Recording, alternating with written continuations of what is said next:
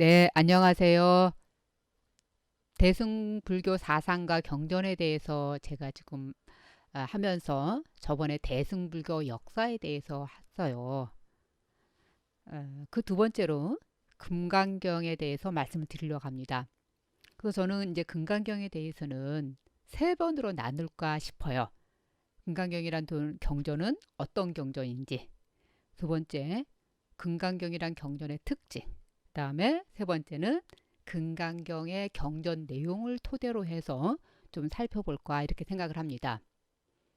오늘은 이제 금강경에서 첫 번째로 대승불교 사상 가운데서 대표되는 금강경이라고 하는 경전이 도대체 어떤 경전이고 무엇을 내포하고 있는지 그 말씀을 드리려고 합니다.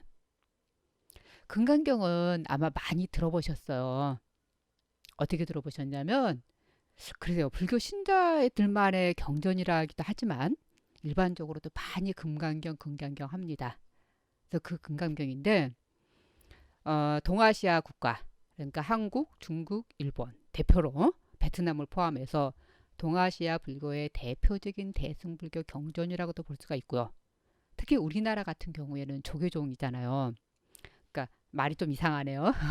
쉽게 얘기하면은 한국 불교의 장작격인 대한불교 조계종에서 소위 경전이 바로 금강경입니다. 그 이유에 대해서는 잠시 후에 말씀드릴게요. 자, 그렇다면은 금강경이라고 했을 때 금강이 과연 무엇일까요? 말 그대로 다이아몬드거든요. 여자분들이 시집 갈 때 그 신랑분한텐가 다이아몬드 반지를 받잖아요. 그 다이아몬드 금강입니다. 그래서 금강경은 다이아몬드 수트라라고 영어로 번역할 때 그렇게 합니다. 왜 그러면 그렇게 금강강냐 바라밀경이냐 할 때 금강이 그렇게 화학적인 그런 그 용어를 쓰고 있는지 말씀을 드릴게요. 자, 먼저 금강경은 대승불교 경전 가운데에서 반야부 경전 577권째 해당하는 경전입니다. 그리고 금강경은 부처님과 해공제일인 수보리 존자와의 대화 형식으로 되어 있는 구조가 그렇게 되어 있습니다. 자, 그러면 금강반야 바라밀경 그 해석을 한번 보겠습니다. 자, 금강이라는 말은 아까도 제가 간단하게 말씀드렸지만 다이아몬드. 어떤 다이아몬드? 가장 견고해서 어떤 것으로도 다 깨뜨릴 수 있는 그런 것이 다이아몬드 금강이라고 합니다. 그럼 우리가 경전에서 쓰일 때 무슨 의미로 띄어질까요? 모든 번뇌를 다 깨뜨려 줄 수 있다라는 의미로 실은 금강을 쓰고 있습니다. 그 다음에 반야라는 말은요. 반야라는 말은 우리가 지혜라는 뜻입니다. 그래서 지혜라는 뜻은 불교에서 최상의 진리를 얻고자 하는 최고의 경지, 우리가 그것을 지혜라고 표현할 수 있습니다. 바라밀이라는 말은요. 파라미타라고 많이 하거든요. 건너가다는 뜻이에요. 여기서 저기로 건너가다. 무엇을 건너갈까요? 번뇌로운 이런 아주 차안의 세계에서 저 피안의 해탈 언덕인 열반 세계로 건너가자는 것이 바라밀입니다. 그 다음에 또 경이라 할 때는 수투라라고 하는데 수투라는 경전이라는 뜻입니다. 다시 한번 말씀을 드릴게요. 자, 금강반야 바라밀 경이라는 말을 산스크리트 얘기하면은 바드라 체트가 브라자나 바라미타 수트라입니다. 그래서 다 해석을 하자면은 다이아몬드처럼 견고하고 아주 깨달음에 빛나는 지혜를 가지고 수많은 번뇌와 고통을 다 깨트려서 없애버려서 평화의 언덕, 행복의 언덕, 해탈의 열반의 언덕으로 도달케 해주는 경전, 그것을 우리가 금강반야 바라밀경이라고 해석할 수가 있습니다. 그 다음에 이 경전은 엄청난 많은 사람들이 번역을 하셨어요.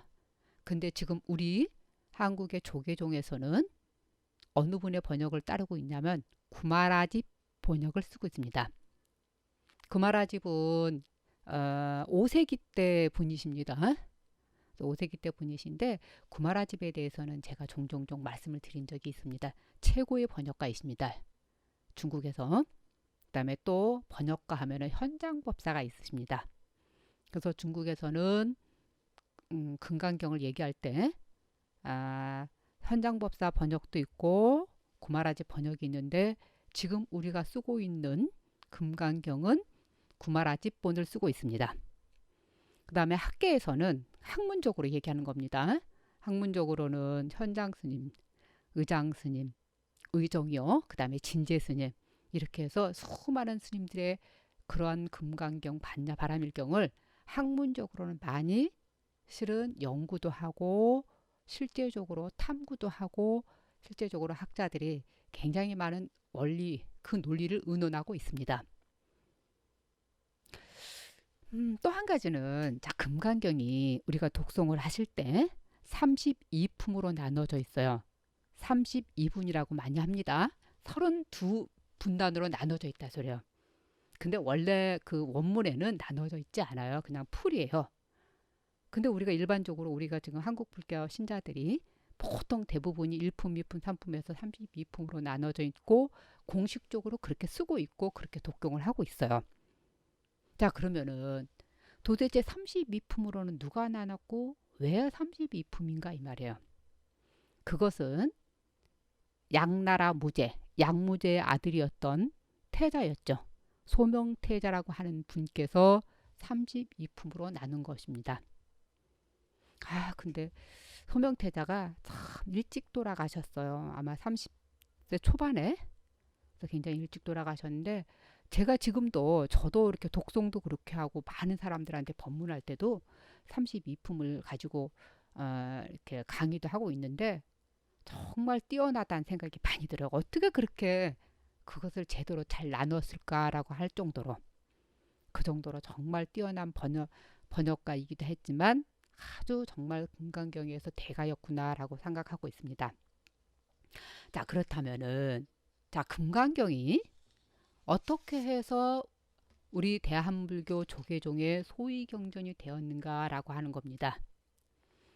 자, 한 가지만 이것 먼저 말씀드릴게요. 조계종은 선종입니다. 수많은 종파 가운데 자, 쉽게 얘기하면은 화엄종, 뭐 밀종, 정토종, 뭐 천태종 이렇게 수많은 종파가 있는데 우리 조계종은 선종에 속합니다. 물론 이제 역사적으로 원래 선종 이래야 되는데 이제 역사적으로 우리 한국 불교에서 시대가 흘러오면서 뭐 임재종이라고 했다가 조계종, 태고종이라고 했다가 이제 여러 이름을 붙이다가 조계종이라는 이름은 고려 때부터 시작을 해서 물론 중간에 안 쓰기도 했지만 지금 현재 쓰고 있습니다. 1962년부터 조계종이라는 명칭을 쓰고 있습니다. 자, 그렇다면은 왜 조계종일까 말이에요. 자, 조계라는 말은 중국에 가면은 광동성 소관이라고 하는 데 가면은요. 육조해능이라고 하는 스님이 수많은 법문을 피고 선종을 펼쳤던 그런 분이 살았던 산 이름이 조계산입니다. 자, 육조해능 스님은 간단하게 어떤 분이세요? 선종, 초조 달마가 있고요. 2조 해가이, 3조 승찬, 4조 도신, 5조 홍인, 바로 6조에 해당하는 해능 스님께서 법을 펼쳤던 산 이름이 조계산인데 그 해능 스님의 산 이름을 따서 조계산이라고 조계종이라고 우리가 지금 이름 붙이고 있습니다. 간단하게 말씀을 드릴게요. 그냥 편안하게 들으셔도 될 거예요, 아마. 육조 해능 스님은 713년에 열반하셨으니까 8세기 초 사람이십니다. 더벅머리 총각이었어요. 그리고 이제 아주 홀어머니를 모시고 살다가 가난하게 살았죠. 광동성 주변에서. 그러다가 어느 날 나무를 해서 팔고 집으로 가는 도중인데 그 잠깐 집에서 가는 도중에 이렇게 주막집 앞에서 이렇게 쉬게 됐어요.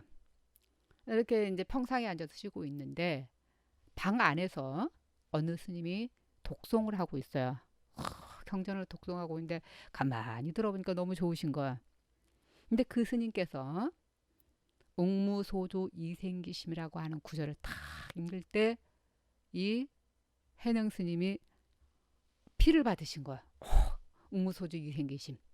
응당이 주하는 바 없이 그 마음을 내라. 그 부분에 대해서 감동을 받으신 거예요.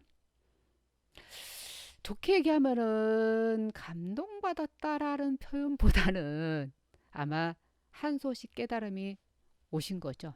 과거 전생에 다 인연이 있으시니까 그렇게 성권이 있으니까 그랬을 거라는 생각이 들어요.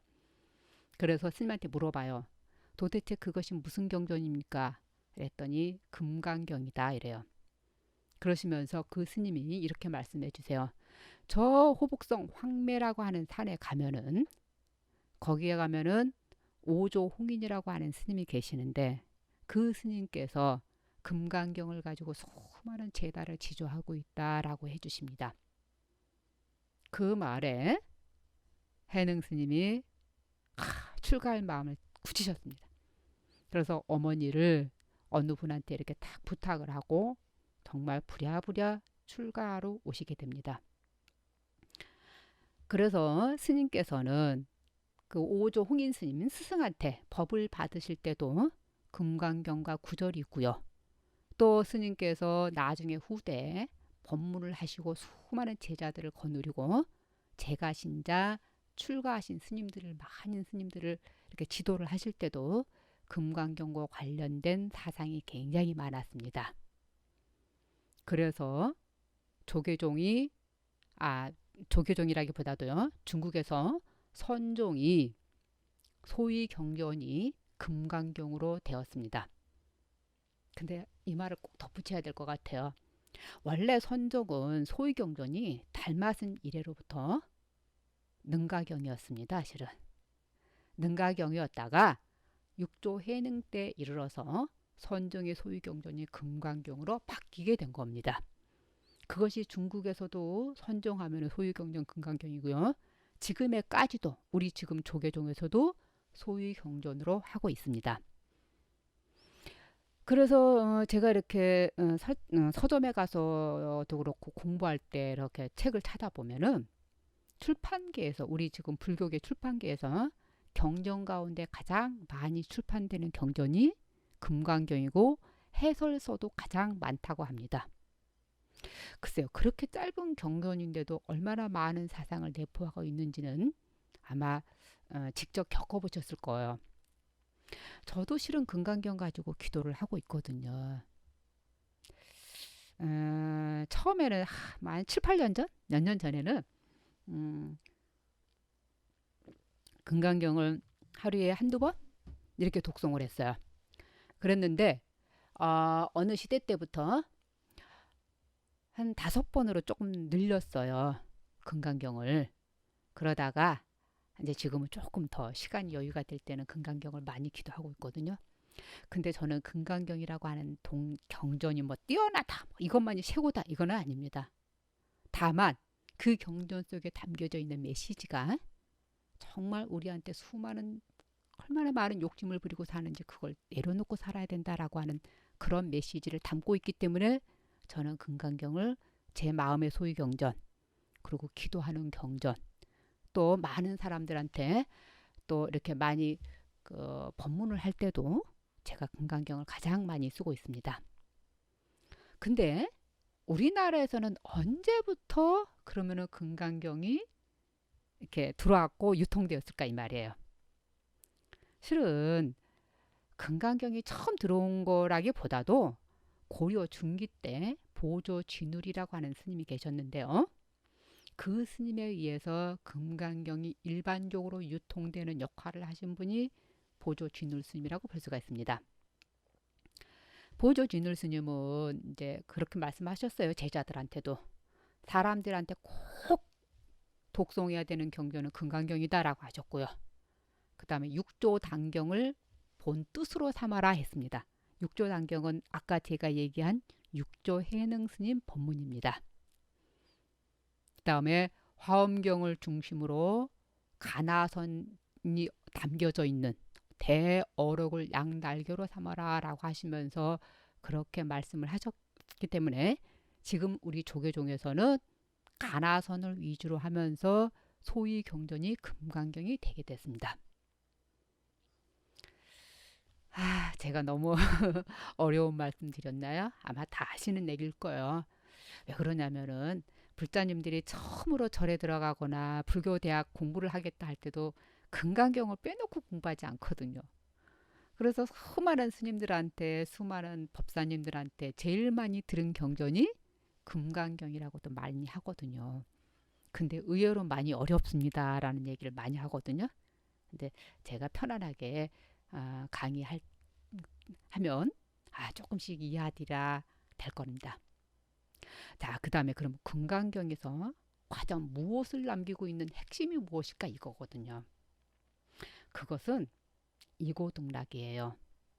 금강경 이 말씀은 이고등락이라는 말은 실은 금강경만이 아니고 우리 불교라고 하는 종교는 바로 이거다라고 다른 사람한테 얘기할 수 있는 것 사상이 실은 이고등락입니다. 무슨 뜻일까요? 고를 여의고서 고를 떠나서 등락 낙을 얻는다 이 소리야. 다시 한번 해석해 드릴게요. 고를 모든 번뇌 고통을 없애버리고 해탈 열반 행복의 세계 피안의 세계 아주 좋은 성불의 세계를 얻는 것 그것이 우리 불교의 뜻이기도 하고 불교의 사상이기도 하고 금강경의 뜻이기도 합니다. 그래서 이제 금강경에 대해서 내용을 말씀드릴 때 말씀드리겠지만 번뇌심을 돌이켜서 보리심으로 전환하는 거 그거 자체가 우리가 이고등락입니다. 오늘은 이것으로 마치겠습니다. 다음에 또 뵙겠습니다.